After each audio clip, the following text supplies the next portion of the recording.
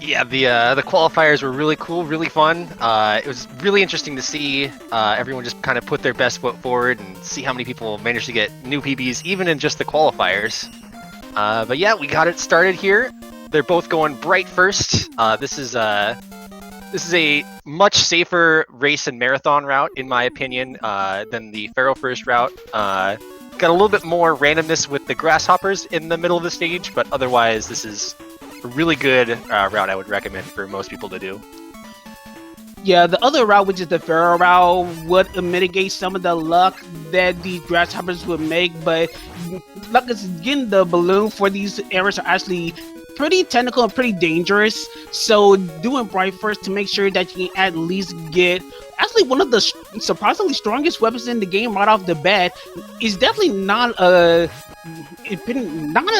pretty. I'm just gonna say it's a pretty good starting point.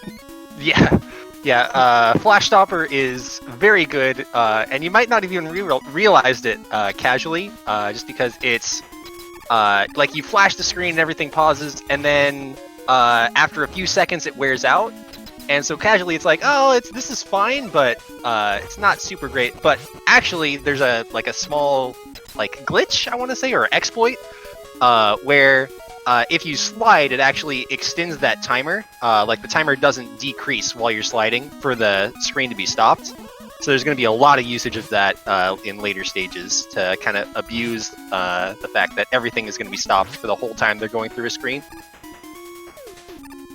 So yeah, both of these guys are pretty close to each other right now. It looks like MadMega's gonna be the first to reach Bright Door. So the Bright fight is gonna be a little interesting because what we're gonna try to see is we're gonna try to get our shots into such a way where we can avoid certain HP values for Brightman. In this case, we're looking at avoiding 16, 8, and 4 so we don't get a freeze. So we're gonna at least see one pea shooter shot and a few Mega Busters to make sure that we're on task and avoid those HP values. And right now, it looks like our boys are right on top of it. You see MadMega doing his and Squidman being Brightman not too after, so we got a pretty good start to this race already. A very good start. Both of them with a very clean, bright fights, both ending pretty close to the center. You want to finish the boss as close to the center as you can, if possible. Just reduces a little bit of the time that it would take for Mega Man to jump up and collect the weapon. And then we're going into Pharaoh Man stage. We'll see them both swap to Bright here at the start. Just kind of reduce a lot of the lag that you would get from the scorpions popping up and the flies dropping bullets above you. Makes the screen a lot safer, a lot more consistent to do it this way than doing the Pharaoh first route. And makes the jump at the end a lot less scary, because you don't have to be worried about being sniped out of the air by that last fly. Yeah, you can see the exploit in action, as Papa already mentioned. You can see that sliding extends the time for the freeze, but of course, the main thing that you gotta know is what MadMega and Squidman are getting. The balloon item, which you definitely don't want to miss, is possibly along with a few more weapons, but for items, this is probably the de facto speed item in this game. You're going to be seeing these guys use it quite a bit throughout the rest of the game, but not quite yet. We still got the rest of Pharaoh Man stage to do first. Yeah, we got ourselves a little bit of the semi-auto scroller here with the balloon sections of Pharaoh. There, you can speed it up very slightly by jumping on them with proper timing where they don't get their bullets off, thus causing a little bit of extra lag there. But in general, it's going to be similar timing every time. And then going through the last couple mummy enemies here. So we got ourselves MadMega with a slight advantage, Squidman not too far along, but now we're about to deal with the Pharaoh Man fight. The Pharaoh Man fight is not necessarily chaotic, but you really don't want Pharaoh Man to be moving around so much. You want to be at least in a position where Pharaoh Man will be stuck just doing Pharaoh waves, standing still and just plugging them away. Right now, you're really not seeing it right now.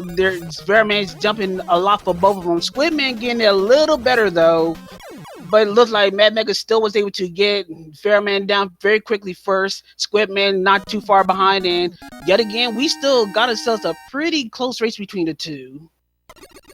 Yeah, they both went for the animation skip there right at the end, but both just barely not jumping at the correct time. You can skip a little bit of the animation for jumping up to get the weapon ammo, or the weapon after the boss. But it's a very tight timing to get. We'll see them both, I presume, try to get it in dive as well. See if we can get one of those to happen.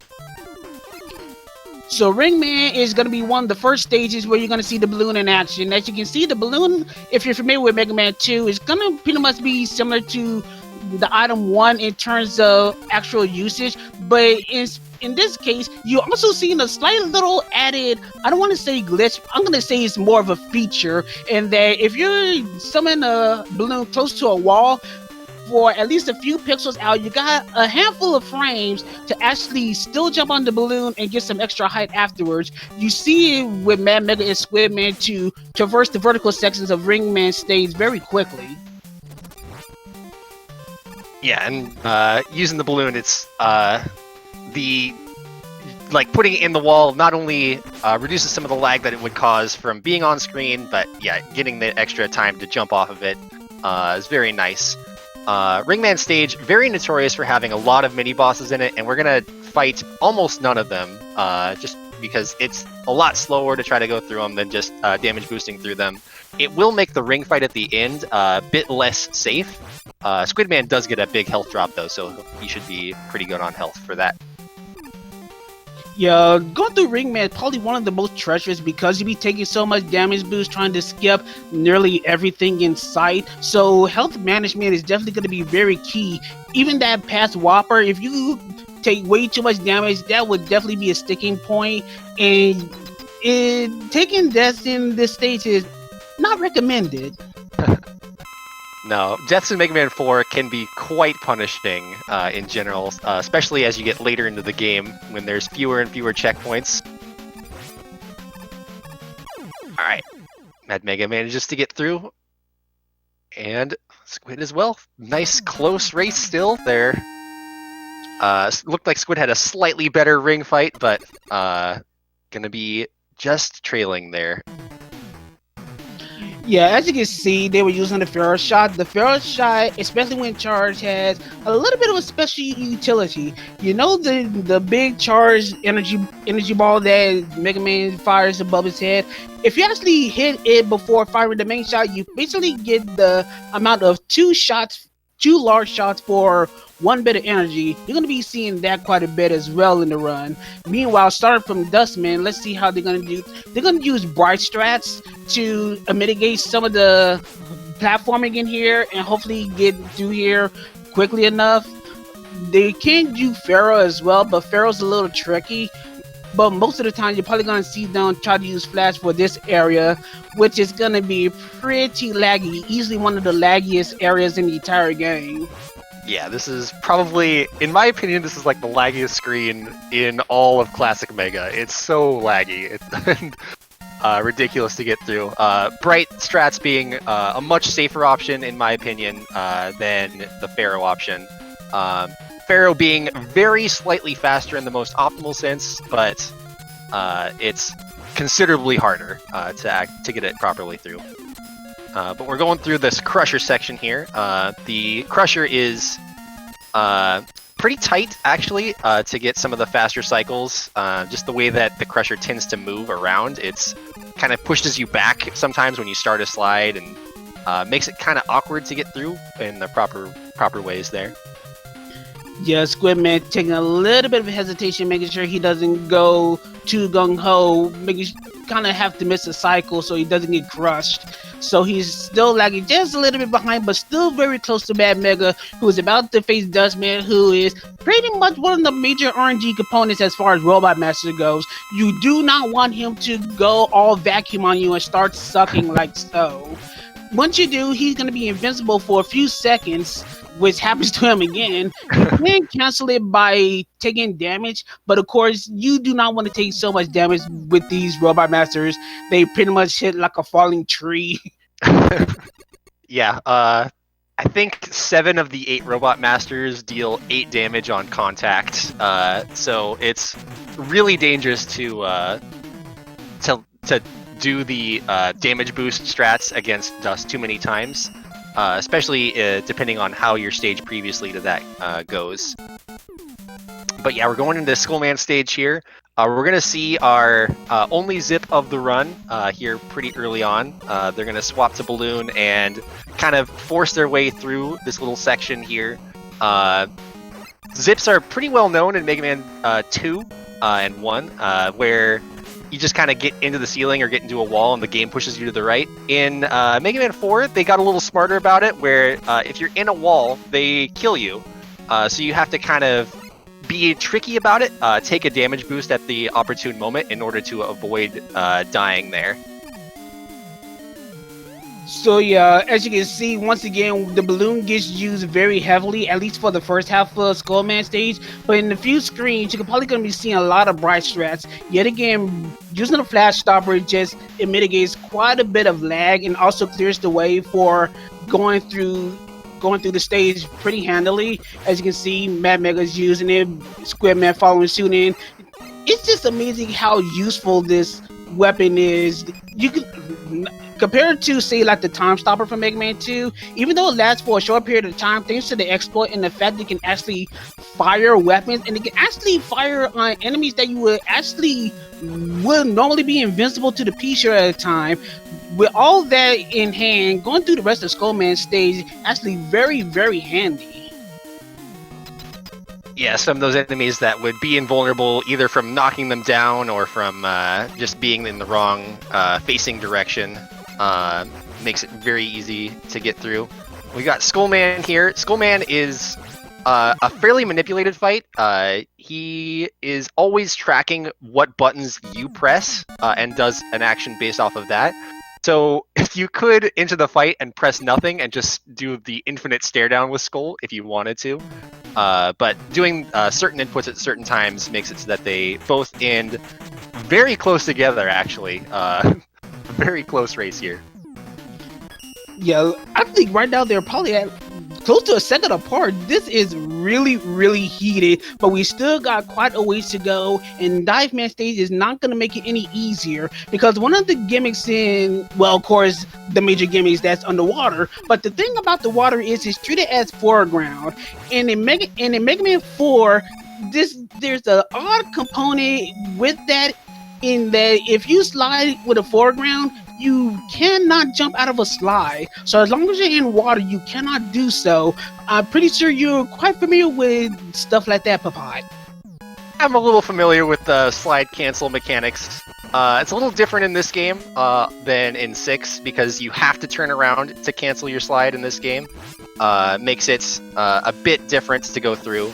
But yeah, the water mechanics can be very tricky for people who are less familiar with the slide cancel mechanics. I know Mad Mega's played some Mega Man 6, so we'll see if he goes for any of the cancels later on, either in this stage or in the other water stage to come.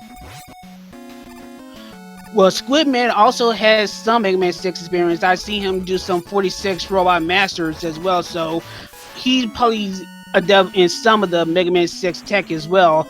Of course, we don't want to go down that hole. Unfortunately, that is our meme item for the game. We do not connect the wire here. Wire is pretty much useless for the entire game. It is used for the test. Let's get that out of the way. But the strats for the test, especially for refights, is definitely RTA unviable. So yeah, we won't be getting that in the run. Yeah, we're definitely not going to do 36 frame perfect inputs in a 39 frame window. Dive Man is decently scripted. He will always do 3 dives and then fire out a little fish. And then if he's close to you, he will look for... Oh, we got Mad Mega with the animation skip. Pulls ahead with that. But if he's close to you after the first little fish, then he will do his drill attack again. So very easy to kind of manipulate him into doing certain patterns with that. So we're heading towards Drillman stage. Drillman is yet again going to be bright. I mean, not bright, but Flash Stopper the stage. So you're going to see a lot of utilizations of the Flash Stopper in a little bit to just once again get enemies out of the way and mitigate lag. Just pretty much the bread and butter of Mega Man for speed running, so you can go through the stage as fast as you can. But you still need to be careful. Drillman stage is actually pretty treacherous in some of its platforming, especially close to the end with all the boulders falling and some of the long, lengthy pits that are going to be along the way.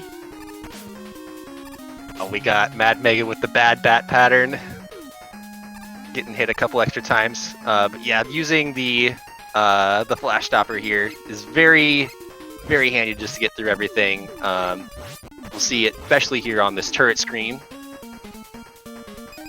Well timed on both players. It's surprisingly easy to mistime that shot and have the bullets fly before you freeze, which makes getting through that particular screen a little more complicated than it needs to be. And we're coming into the last screen, which is an incredibly fun screen to practice. Trying to get through here in just one Flash Stopper if you can.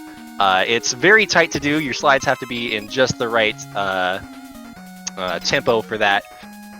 But getting just off cycle a little bit makes it so that that your second Flash Stopper is always at a pretty consistent time. So pretty easy to get through with proper timing there. And now we'll see how Drillman, the divey one, decides to be for both of our runners. But yeah, you do not want Drillman to actually dig and burrow into the ground for any period of time. Each time is about, how about 4 seconds? Yeah, it's right around 4 seconds per dive. And with the combination of a surprisingly unwieldy weapon as the dive missile, it's kind of a fight. Yeah. They both had pretty good patterns overall. Mad Mega with a slightly better pattern, the no dive versus Squids won. But yeah, we're going into the last of the 8 robot stages here. Toadman, notorious for being a very easy boss, but the stage is very treacherous. There's all kinds of odd mechanics in it. We got the screen 1 rain to worry about, and then the following screens in the sewer where the water's pushing you back or forward and you have to kind of adjust your movement based off of that. Once again, I need to remind you that the sewers in here are insanely clean. I know that's pretty much not relevant to the entire run, but I mean, come on, it's a sewer.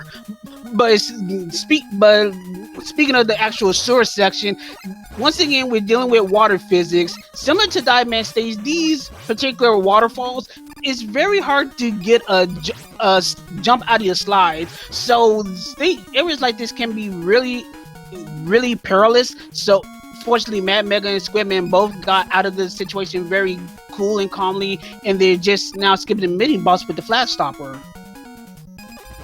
These snail enemies, they have huge hitboxes. Well, I guess they're very large once they're fully formed, but they're kind of small, like right as they're coming down, and you can use the Flash Stopper to kind of freeze them in place before they get to their large hitbox space, and then just take a tactical deboost to get through them without having to worry about killing them in their particular patterns that they have for that. Okay, so Toadman, it's a fight. It certainly is. But yeah, Toadman is basically 100% scripted. He pretty much acts when you act in. As long as you continue to shoot him, he'll always jump around and he'll never fire a rain flush, because he fires a rain flush if you do absolutely nothing for an extended period of time. But since you're always shooting at him, he really never does it. So it's not a fight. It's just not a fight.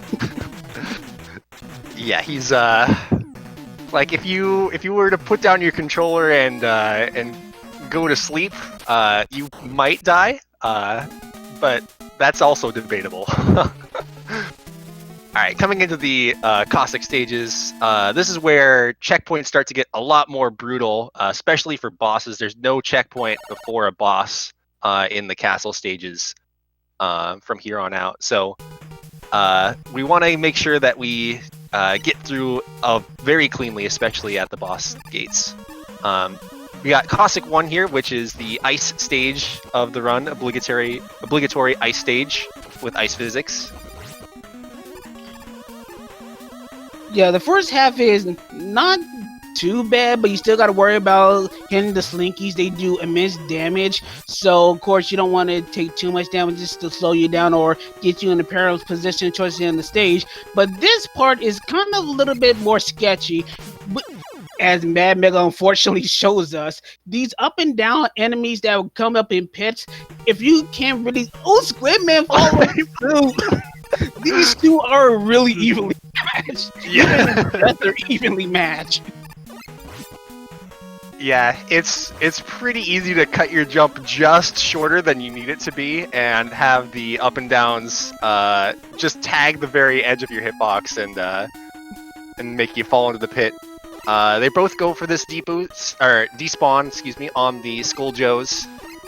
Makes it a little safer. You don't have to take a deboost there. And then the ladder screen, this final screen is very interesting. Most of the time it goes okay, but if it goes off even a little bit, then you have to perform what we call a pro gamer move in order to kind of get through in a semi-clean, semi-safe way.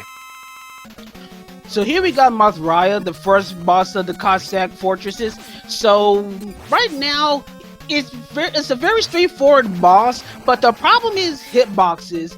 Not necessarily the weakness for Mothraia, but the Ring Boomerang's hitbox is surprisingly small, and hitting them is a surprisingly tricky affair, but fortunately both Squidman and MadMega were able to take out Mothraia very quickly, so we're moving on to C2. The Mega Man 4 weapons in general are very small with their hitboxes. Most enemies and bosses have large hitboxes, which makes up for that, but a couple of the castle stages, I guess they forgot that they needed to make the weapons and the bosses the appropriate size. So we're going to see a lot of balloon usage for most of the stage, getting past this long spike screen. Don't want to have to ride Rush Jet because it's a long, slow ride. Even if it can be a safer way to get through it, it's much faster to do it this way. So yeah, as he was saying, it was pretty much balloon the stage. You're pretty much going to be using all your balloon in this stage. So you're going to have to utilize all the balloon tricks, including using the balloons in the walls, as we spoken of earlier in the match, and just pretty much make these very quick upward ascents on the way to Square Machine. And with Square Machine, it's going to be quite a bit of a thing because he, just like a few others, is probably one of the major RNG components who can pretty much in any pass give either one, two, or three per pass. So we're going to see how MadMega and Squidman in a few moments, we're going to see how the dice rolls. Yeah, Square Machine could even up or change the lead on this race. We got a 3 pass for MadMega right away. That's the one that you really don't want to see. Oh, we got a 3 for Squid too, so they're still even on their luck for now. One thing to note about this stage is there's a lot of damage boosting that you typically do. So you end up with very low health for this boss. So it can be quite tricky to get through. We got another 3 pass for MadMega, so it's a 3-3. We got several double 3-3. Dude, what is this race? All right, MadMega's through. Squidman's getting close. There we go. Squid's through too. It was very close. It looked like you only got 3 hits in on the first cycle, so he had to play it a little bit riskier on the second cycle to get the 2 cycle there. Yeah, preferably you do want to get the Square Machine kill within 2 cycles. So both of them still, with even luck, it's just a good race. Yeah. All right, everyone listen to some real sick jams here, because we're in the auto scroller, so we're going to be here for a little while. as I probably mentioned before, maybe a few times, while this stage would technically be like a Resident Sleeper stage, it's an auto scroller, you really don't have any way to speed it up, aside from maybe some lag reduction and so on and so forth. But you still can't really be too lackadaisical in this stage. Of course, you're still dealing with pitfalls, you're still dealing with a long, slow moving stage. You just don't want to be in the spot where you can get so lax and comfortable that you wind up forgetting how to platform the stage, because taking this in this stage particular is rough. Yeah, the fact that you have to go through the whole auto scroller if you die. Like if you die in the first screen, you go through the whole first auto scroller. If you die in the second screen, or against the boss, you have to do the whole second auto scroller again too. So it can be very punishing to die here. You want to make sure that you're not completely falling asleep here. Still want to maintain some of your focus. Of course, this is part of the stage where you can actually get top off on some of your weapons. There are quite a number of large weapon capsules in here. True to classic NES Megas, you do not refill all your weapon energy. All the weapon energy you use will continue on throughout the entirety of the fortress stages, so weapon ammo is going to be at a premium here, especially for particular weapons. You're seeing one of them being showcased right now that they're probably going to have to take note of in Pharaoh. There are a couple of others as well, such as Ring and Dust. So weapon ammo is going to be very important in terms of conservation throughout the game. Yeah, well, they'll probably make an evaluation here based off of their cockroach fight, if they want to collect an extra Pharaoh ammo in the next stage. Looks like MadMega accidentally jumping into the cockroach before his shot was filled, so gonna have to do this fight a little bit awkwardly. Yeah, once again using the charge portion that's above his Mega Man's head as a second charge Pharaoh shot. Squidman getting a much cleaner fight from MadMega's small mistake, taking a slight advantage from MadMega as a result. Still very, very close to each other. Yeah, I think MadMega is definitely gonna get the ammo refill here. I would not skip it if I was in his position. We'll see if Squid decides to go for it as well. I think he did miss one shot, and he might feel like that's a little too much, just based off of ammo routing in the end game. So Cossack 4, you hear people say it's not much of a stage, and in a way it really isn't. But the main concept of Cossack 4 is if there's a split path where you can either go up to continue on or down to continue on, everyone will be going down. There is no debate about this. Going down is faster by a large margin. Going up will deal a lot of extra platforming and a lot of extra annoying enemies. So seeing what Squidman and MadMega do, this is what you're probably going to be seeing from nearly every single runner, and just pretty much go through the rest of the stage as scripted.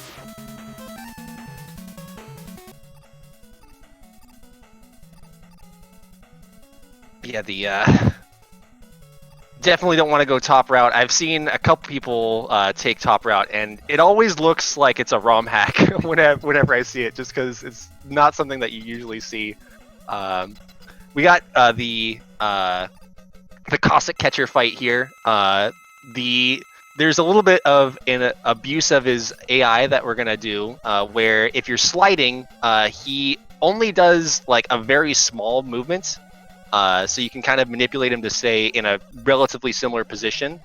So they're going to be sliding back and forth here, trying to keep him relatively close to the same spot. And then try to finish on the left side of him so that they can get to the cutscene as quickly as possible.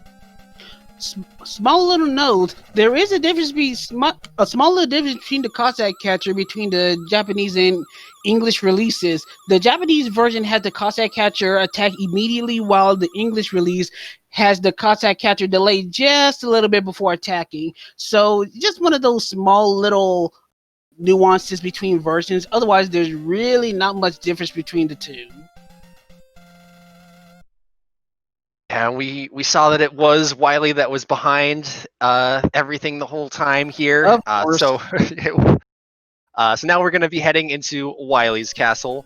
And the first stage here is Met's the stage. Every enemy and the boss is a Met.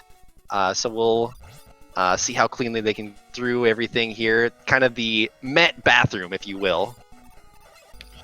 Or the Met family plumbing service taking care of Dr. Wally's pipes. But Yeah. that's a whole different story in and of itself. But yeah, you want to make sure you can get all your movement, all your shots on point. It can be very tricky to try to just move as cleanly as possible, trying to go through all of these nearly invincible automatons, and of course we can't ignore the underwater section, which probably under casual play would be very daunting, especially for this one jump that Squidman just made. But unfortunately, both runners were able to get through the underwater portion very safely, and we're moving on to the Yoku blocks. The Yoku block section here, it's kind of like a little interesting where, there's just the 2 screens of Yoku blocks in this game. And they're pretty easy to get through with rush jets, just to skip by. Since we don't have any balloons, we can't get through those screens that way. And then the last screen where we're going to face another couple of these dancing Mets. And then finally, the Met Daddy. We'll see Squidman is going to opt into jumping into the room where MadMega is going to slide. So MadMega is going to get a little bit faster boss intro, but Squidman has the possibility of getting a little bit better early cycle. Looks like, yeah, some of the quick jumps there from Squid, unfortunately, whereas MadMega is getting longer jumps. MadMega is going to opt for an early E-take. Not a terrible decision here. You're just gonna waste a little bit of time for the extra comfort and safety. Not a bad decision. You will, just like most enemies and bosses, the Med Daddy does deal a lot of damage. So taking the E-Tank is not that bad of an idea. But unfortunately, giving him an extra cycle and just starting to trail a little bit behind Squidman as a result, as we're about to head to Wally 2, where this becomes, let's say C2 was Balloon the stage, Wally 2 becomes Rush Jet the stage. Since we don't have Balloon anymore, you're going to see a lot of Rush Jet usage in terms of movement. So you're going to be seeing movement from the jet, from reaching platform to platform, moving vertically, moving horizontally. And of course, you're going to be using it to attack with the standard buster, because we're going to try to mitigate menu usage as much as possible. So we're going to be sticking with the Rush Jet pretty much the entire time until we get to the boss Taco Trash. Yeah, a lot of really unique rush jet movements that you wouldn't normally otherwise get to see. A lot of the vertical and horizontal sections that you're talking about. The screen coming up for Squidman with the bats on it, it's actually very tricky to do properly. You have to spawn rush at such a point and then try to get him to face right if you can, just because that gives you a little bit extra time to jump off of him. Oh, MadMega going for the left-facing dog. A little trickier to do it that way, but gets through cleanly. So probably a little bit of extra rush jet uses before get to switch to the rain flush. So the thing about Taco Trash, especially with the rain flush, you know, Mega Man 4 is very notorious for its very, very long refill boss meter, and it's very slow. But with the rain flush, if you fire it as soon as you get in, not only you can basically skip the entire boss filling animation. And of course, with Taco Trash, you know the exploits very well. For those that are familiar with it, use a drill bomb, fire it at Taco Trash, it removes the hitbox, and you can pretty much just get all inside Taco Trash and then plug them with ring boomerangs, which both did very well. Squidman still has a little bit of an advantage. MadMega is still following very closely behind, going into the refights. Yeah, this can definitely swing one way or the other based off of the luck that they get from the refights here. The number of dives from Drill, the number of sucks from Dust. So this should be very close going into the end. Of course, they got. Go on ahead. Yeah, making sure that they swap to ring, because a lot of enemies or there's going to be several bosses here at the end that require extra ring usage. So we want to make sure that we don't run out before we get through. Looks like MadMega's a little bit lower on dust, so he'll have to be careful here. Yeah, he's going to jump over the first spinning enemy there. Forget the name. So yeah, dust is gonna be a little bit important. The boss routing in Mega Man 4 for the refights is really interesting. They're gonna be using quite a number of soft weaknesses in order to go through the boss rush fast. And of course, Dust Crusher is one of the key ones. Since you're going to be using it for Pharaoh Man, we know that Flash Stopper is the weakness, but Flash Stopper is insanely slow in this fight. So we're going to be using Dust Crusher instead to make the fight much quicker. Of course, you can use Mega Buster as well, but of course, you got to deal with the charging animation. And of course, with Dust Crusher in hand, you can just go straight to Skull, and hopefully, Skullman will be kind to us as far as his former RNG goes. We'll see how long of a shield pattern they both get here. Squidman getting a pretty long one. Both of them getting pretty long. Yep. What is with these two and their similar RNG? But yeah, MadMega's Pharaoh fight was a lot jumpier, so we ended up missing a couple extra Pharaoh shots there. So we had to swap to Buster to finish off the Skull fight. Keeping on with the secondary weakness gimmick of the refights, you saw that Dive was weak to Skull, but for the Bind fight, we're actually going to continue using Skull, and hopefully with 5 hits, assuming that everything is in proper order, those 5 hits will prevent Brightman from reaching those health values as you continue to take him down with the Rain Flush. So it looked like Squidman was able to have his 5 hits in. It looked like MadMega does the same. Yes. And Squidman is going to be going to the drill fight with the Rain Flush. And for what reason is that? So you get to hit Dive Man as he's doing his initial dive, the scripted dive, with Rain Flush right away, dealing 1 damage. And Dive Missile only does 3 damage to Drill Man. So it actually sets up the HP values perfectly to make sure that you get the kill with perfect damage. We're not getting very good luck with digs for Drill Man. So, I was about to say this was gonna catch MadMega up just a little bit, but we got that one last troll dig from Drill Man. But definitely much luckier match for MadMega, as both of these guys are fighting Toadman, who yet again not much of a fight. The non-boss boss, kind of just making sure that you don't completely zone out before you get into the last couple fights here. Ring being very tricky, like a refight where you have to actually hit him with 2 of the small shots as well as your big shots in order to kind of get through him a little bit faster. And of course, our final robot master is going to be Dustman. Of course, as usual, we don't want him to go all Hoover on us and start sucking his vacuum, which we got none on Squidman's in, so he had a clean fight on his way going to the Wally machine. But let's see how MadMega does as we explain how the gimmick for the Wily machine works. Yeah, the Wily Machine 1 kind of fires his shots in the same arc every time, so you want to stand pretty close to him in order to get your hits in. And then Phase 2, you want to end with the drill, or Phase 1, you want to end with the drill, so that when he starts Phase 2, it instantly refills his health. Kind of skips the long fill animation for that. And as a side benefit, it also manages to double hit him on your first drill once you do that in Phase 2. Deals 8 damage instead of the normal 4.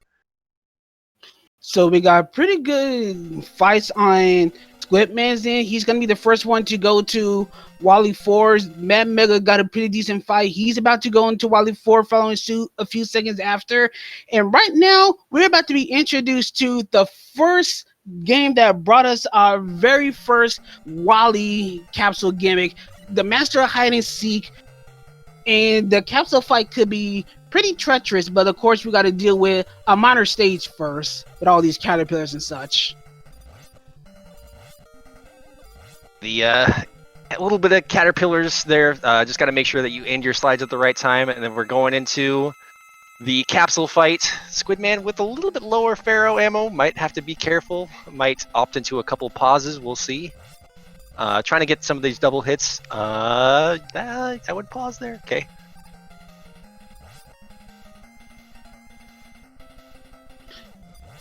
Squidman getting as many hits as he can, getting a little unlucky. Mad Mega getting a couple of double hits. It's getting close, but looks like we got Squidman actually just narrowly beating Mad Mega, winning this race with an official SRL time of 39:59. Yeah, that race was very close. Came down to the wire. I was a little worried about Squidman firing his last shot off there and not hitting Wily. And once that happens, it's very dangerous where you have to hope that you have enough ring ammo. But yeah, very, very good race from both of our runners here. Very close. Gonna see if we can get our guys in for a short interview. Once again, we got some very, very tight contested racing with two very good runners. Please follow our boy. I wanted to say follow our boys, but apparently our bot did not update our runners. But seriously, please follow Mad Mega and Squidman. They pretty much raced their hearts out in this race. Very close match. Once again, I'm very, very happy to be around for this race. This was very, very exciting.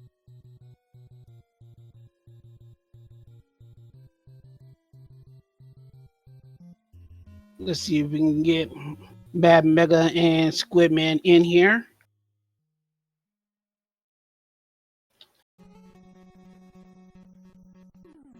I see him. Just waiting for them to actually come into the Discord. And there we go. There are our boys, Squidman and Mad Mega. How y'all feeling after what I would like to say is a very, very exciting race? Well, I'm glad it was exciting. That's what I have to say. Yeah, I think that my goal was just to try to keep it close. Honestly, I was hoping it would be entertaining, and it was pretty close. I was waiting for the done to come through there, and I was this is like wait a minute, he should be done by now. Where is it? Yeah, just you're looking for it. It's like, wait, am I actually ahead? What did something happen? Yeah, it's always interesting right at the end where you're like, am I? Is this gonna?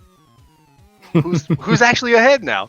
But yeah, you guys were pretty much neck and neck for almost the entire run. It was really, really cool to see. Relatively low mistake runs from both of you, it looked like. I think the only thing I saw that was semi-large was you both died in Cossack 1 to the up and downs. Yes. I misjudged it by like a couple of frames and shot and then jumped into one of those dumb hit monsters. Yeah, I short hopped, I think, the first pit, and like as soon as I jumped, I was like, yep, I'm dead. I knew it as soon as I hit the button. I was like, yep, I'm going to die. Jeez. Well, yeah. I felt like I had a pretty good run though. It felt pretty good. Yeah, well, I'm sorry. I kind of feel the same. I had some the back half of the castles was not good. I made a ton of little mistakes that really cost me a lot of time, and it just like kicking myself for stuff all over that all over the castles. The 8 robots felt good. Yeah, same here. I actually was ahead after 8 robots. Mm-hmm. So I was on PB pace up until, of course, the castles. Yeah, same.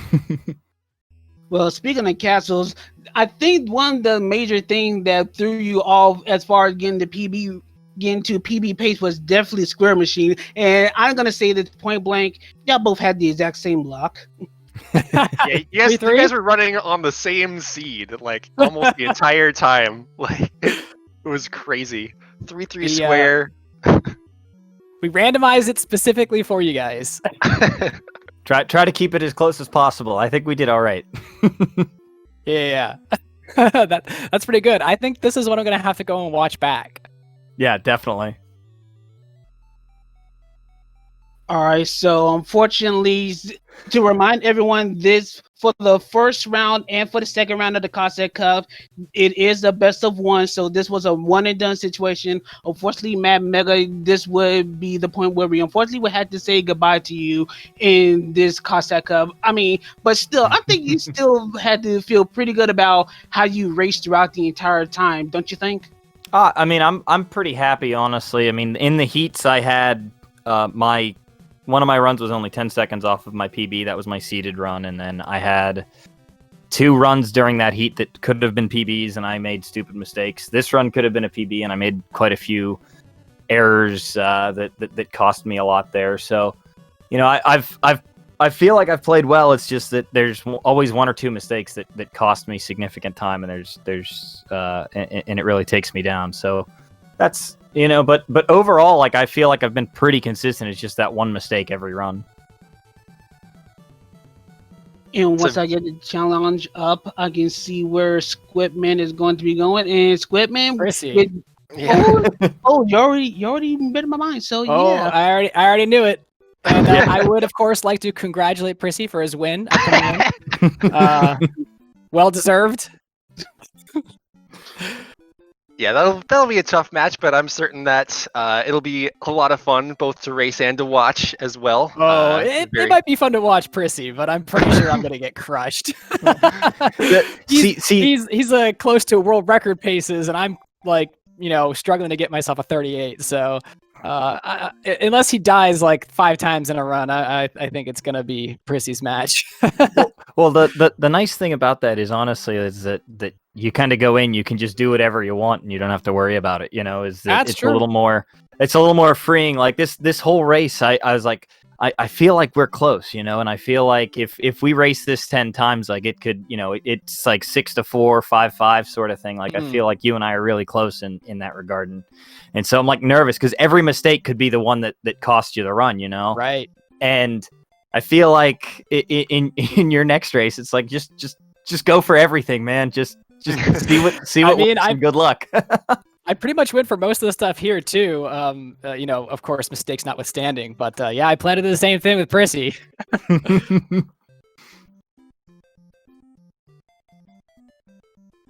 all right. It seems like that we're pretty much about to wrap this thing up. So if y'all two have like any final words, shout outs, congratulatory mini speeches, you can pretty much just go ahead and say that right now before we shut this thing down.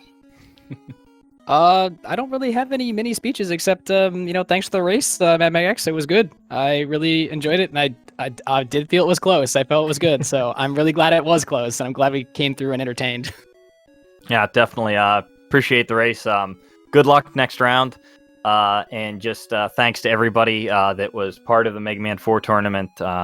You know, Looking Toad, Mr. Cab, Waiter. I mean, there's way too many people. Those are just the ones that I think I've interacted with the most. But all those people are great. Everybody in the tournament has been great. Thank you guys for commentating, Creed and Papat.